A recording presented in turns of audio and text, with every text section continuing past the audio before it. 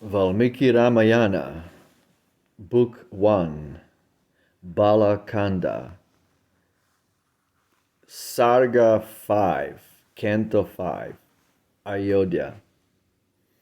Ikshvaku's sons from days of old were ever brave and mighty souled.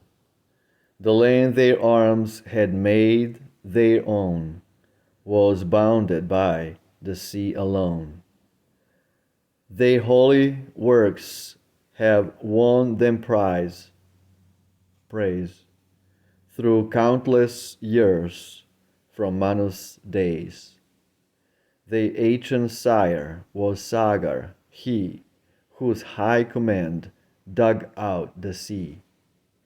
With 60,000 sons to throng around him as he marched along. From them his glorious tale proceeds, the great Ramayana tells their deeds. This noble song, whose lines contain lessons of duty, love, and gain, we too will now at length recite, while good men listen with delight. On Saraju's bank of ample size, the happy realm of Kaushala lies. With fertile length of fair champaign, and flocks and herds, and wealth of grain, there, famous in her old renown, Ayodhya stands, the royal town. In bygone ages built and planned by sainted Manu's princely hand, imperial seat, her walls extend 12 measured leagues from end to end, and 3 in width from side to side, with square and palace beautified. Her gates at even distance stand, her ample roads are wisely planned. Right glorious is her royal street, where streams allay the dust and heat.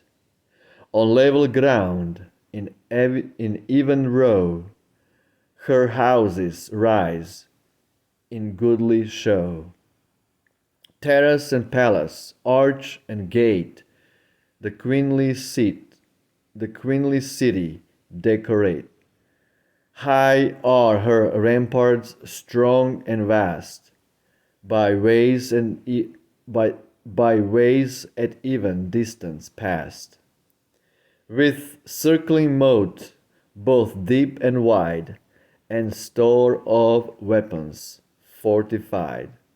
King Dasharatha, lofty souled, that city guarded and controlled, with towering saltries belted round, and many a grove and pleasure ground. As royal Indra, throned on high, rules his fair city in the sky. She seems a painted city, fair, with chessboard line and even square.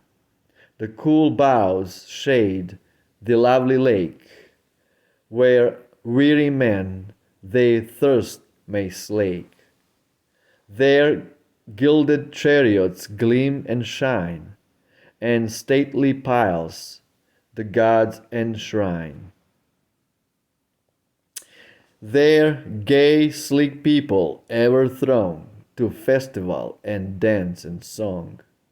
And mine is she of gems and sheen, the darling home of Fortune's queen, with noblest sort of drink and meat, the fairest rice and golden wheat, the fragrant wreath, the chaplets scent, with holy oil and incense blent, with many an elephant and steed, and wains for draught and cars for speed, with envoys sent by distant kings, and merchants with their precious things, with banners o'er her roofs that play, and weapons that awe hundreds slay.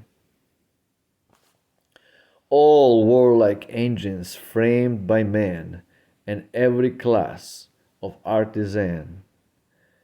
A city rich beyond compare, with bards and minstrels gathered there, and men and damsels who entrance the soul with play and song and dance.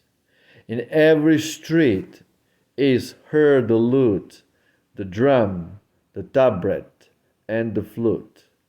The Veda chanted soft and low, the ringing of the archer's bow, with bands of godlike heroes skilled, in every warlike weapon filled, and kept by warriors from the foe, as Nagas guard their home below.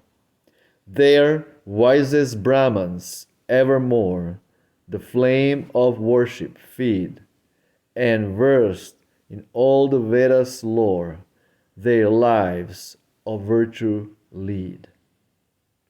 Truthful and pure, they freely give, they keep each sense controlled, and in their holy fervor live, like the great saints of old. Jai Shri Ramayana Ki Jai, Valmiki Ramayana. Wow, this is interesting. There is a description of Ayodhya that says it's 12 leagues, 12, 12, 12 measured leagues from end to end, and 3 in width from side to side. So, in other words, this is a description. This is a description of a city that's very long. It's long. That's why we have a Roman idea called Alba Longa. Alba Longa. Alba, I guess, in Latin means white. Longa means long. So Ayodhya is white city, fair city, and very long. And here is right here is the description of 12 measured leagues from end to end, and 3 in width from side to side. So right here we have where the Roman idea of Alba Longa comes. It's actually Ayodhya. Alrighty. Ciao.